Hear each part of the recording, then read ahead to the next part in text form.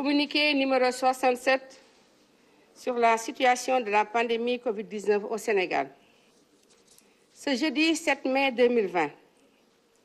le ministère de la Santé et de l'Action sociale a reçu les résultats des examens virologiques ci-après. Sur 1027 tests réalisés, 59 sont revenus positifs, soit un taux de positivité de 5,74%. Les tests positifs sont répartis comme suit. 51 contacts suivis par nos services. 8 cas issus de la transmission communautaire répartis entre Pikine 1, Parcelles Assainies 2, Grand Yoff 1, Mariste 1, Rufisque 1, Yeumbeul 1 et Touba 1. 69 patients hospitalisés ont été contrôlés négatifs et déclarés guéris.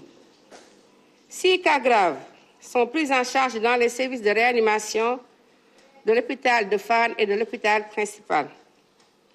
L'état de santé des autres patients hospitalisés est stable. Comme annoncé hier, le Sénégal a enregistré son 13e décès lié au Covid-19. Le mardi 5 mai 2020, il s'agit d'un homme âgé de 94 ans. Le ministère de la Santé et de l'Action sociale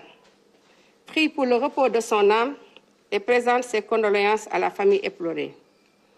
À ce jour, 1492 cas ont été déclarés positifs, dont 562 guéris, 13 décédés, 1 évacué et donc 916 sous traitement. La prise en charge extra-hospitalière a commencé et concerne toute personne testée positive au Covid-19, âgée de moins de 50 ans, ne souffrant d'aucune autre maladie chronique et ne présentant aucun signe de suspicion de la maladie à coronavirus. Cette prise en charge extra-hospitalière est assurée par un personnel médical et se déroule dans une structure d'hébergement aménagée à cet effet. Toute personne ne répondant pas aux critères énoncés ci-dessus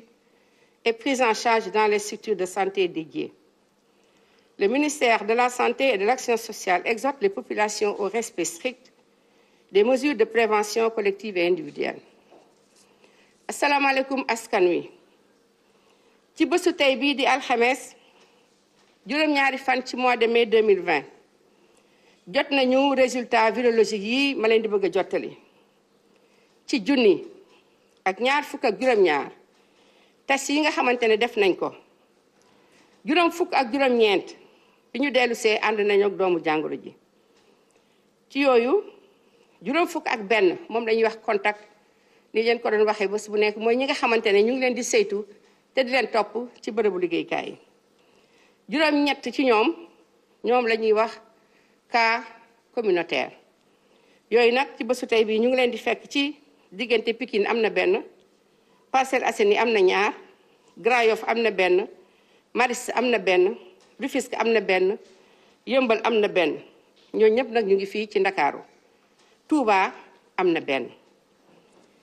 juróom benn fukk ak juróom-ñeent malade yi nga xamante ne saytu nañ leen àndatu nag doomu jàngoro ji wër nañu juróom benn cas li ñuy wax cas grave ñu ngi tëdd ci l'hôpital principal ak ci l'hôpital Fann ci li ñuy wax service réanimation li ngeen ko waxee démb te di ko doolee nakarlu suñ Sénégal gi amaat na beneen nit koo xam ne génn na àddina muy def mu tollu léegi ci ñi génn àddina ci fukk ak ñett ministère de la santé mu ngi koy jaar ak ay mbokkam ak askan wi te di ñaan yàlla xare ko àjjana ci bésu tey bii ñu ngi toll ci junni ak ñeenti téeméer ak juróom-ñeent fukk ak ñaar ci cas yi nga xamante ne positif nañu mooy ànd nañu ak doomu jàngoro ji ci yooyu juróomi téeméer ak juróom-benn fukk ak ñaar wër nañu fukk ak ñett wàññeeku nañu mooy gaañu nañu benn delloo nañ ko réewam ñu toll léegi ci ñi nga xam ne ñu ngi tëdd ci lalu hôpital ñu leen di faj ci juróom-ñeenti téeméer ak fukk ak juróom-benn comme ni leen ko waxee ci gaaw bi ñu génn ba léegi commencé nañ li nga xamante ne door nañu ko mooy ñi feebar am doomu jàngoro ji te seen yaram yëgul ne ñu ngi feebar moom la ñuy wax prise en charge extra-hospitalière ñooñu nag foog ñu nekk ñi nga xamante ne amaguñu juróom fukki at te ci ñoom bi ñu leen seetee gisuñu si ñoom benn jàngoro boo xamante ne yàgg na mun na nekk diabète mun na nekk hypertension mun na nekk tension di wàcc mu nekk insuffisance rénale mun na nekk ko am jàngoro yi nga xamante ne moom moo nekk ci deret yépp jàngoro daal dinañ ko seet ci ñoom mais ñoom bu ñu toogee dañ naan yëguñu doomu jàngoro ji ne nekk na si ñoom waaye bi ñu leen seetoo am nañ ko loolu nag dañ koy def tamit ci anam yu wóor du ñu nekkati hôpital waaye fi ñu leen di yóbbu day nekk foo xamante ne day mel ni daanaka hôpital personnel waa kër docteur yëpp dinañ fa nekk ñëpp dinañ fa nekk ñëpp ñoo xamante ne dañ jàpp ci faj bi te tamit fi ñu koy defee dañ koy def ba mu mel ni hôpital ni ñuy duggeek ni ñuy génneek ni ñuy defee lépp loo xamante ne war na ci ñu ngi ñaan képp koo xam ne bokkul ci li ñu wax nii xamal ne duñ la ko defal mais yaa ngi tëddaat ci laru hôpital yi ni ñu ko waxee woon ministère de la santé action sociale mu ngi dellu di ñaax askan wi di wax ne mbas maa ngi wal na ñëpp def ni ñu ko waxee woon ak tegtal yi lépp loo xamante ne bu ñu ko defee muy geste barrière feebar bi du leen dal mais itam même bu duggee ci dëkk bi ci bëri du wàllaate kenn ministère de la santé et de l'action sociale ñu ngi leen di gërëm di leen di sant wasalaam. maa ngi nag di leen yëgal ne waa ministère de la femme de la famille du genre et de la protection des enfants ñëw nañ tey jii ci bërëb ministère de la santé ngir jàllale ay xibaar yu am solo seen secrétaire général bi ñuy wax monsieur Mame Gor Diouf moom moo ko nar a jàllale wasalaam.